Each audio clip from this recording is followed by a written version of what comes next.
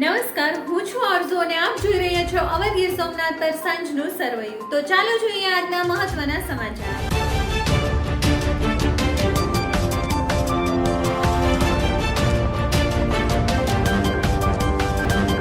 કચ્છના દરિયાકાંઠેથી ડ્રગ્સ મેળવવાનો સિલસિલો યથાવત. સર્ચ દરમિયાન બીએસએફે ડ્રગ્સના 10 પેકેટ ઝડપ્યા. કચ્છથી ફરી એકવાર મોટા સમાચાર સામે આવી રહ્યા છે. પ્રાથમિક વિગતો મુજબ કચ્છના જખો નજીક નિર્જન ટાપુ પરથી બીએસએફના જવાનોએ બિનવારસી ડ્રગ્સના પેકેટ પકડ્યા છે.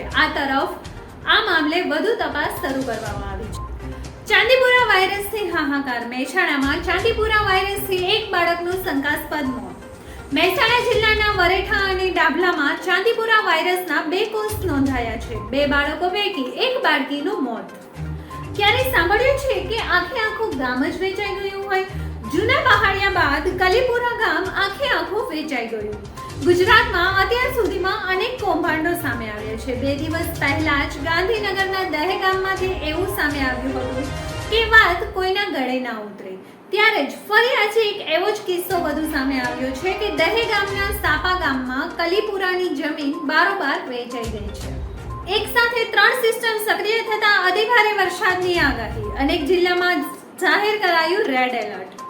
હવામાન વિભાગે આગામી 5 દિવસ માટે રાજ્યમાં બધે જ આગાહી કરી છે. સાથે હવામાન વિભાગે જણાવ્યું છે કે આવતીકાલે ગુરુવારે સૌરાષ્ટ્રના દ્વારકા, પોરબંદર, જૂનાગઢ, રાજકોટ વગેરે જિલ્લાઓમાં ઓરેન્જ એલર્ટ આપવામાં આવ્યું છે. સાથે બાકીના જિલ્લાઓમાં યલો એલર્ટની આગાહી પણ કરવામાં આવી છે.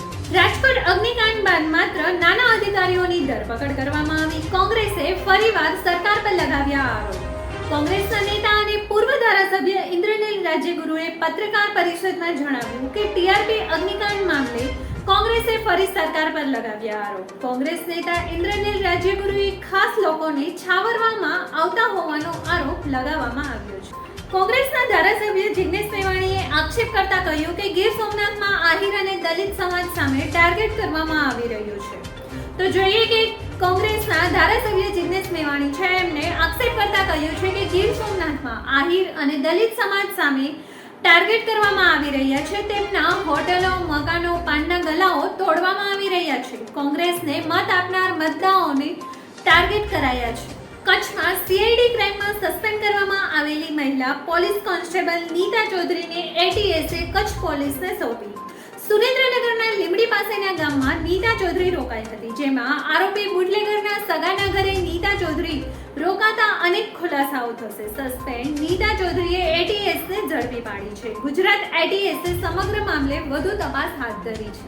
ફરી મળીશું અવર ગીર સોમનાથ સાથે એક નવા એપિસોડમાં. ગીર સોમનાથ સહિત ગુજરાતભરના તમામ સમાચાર અને માહિતીને જોવા માટે અત્યારે જ ફોલો કરો અવર ગીર સોમનાથને. ધન્યવાદ.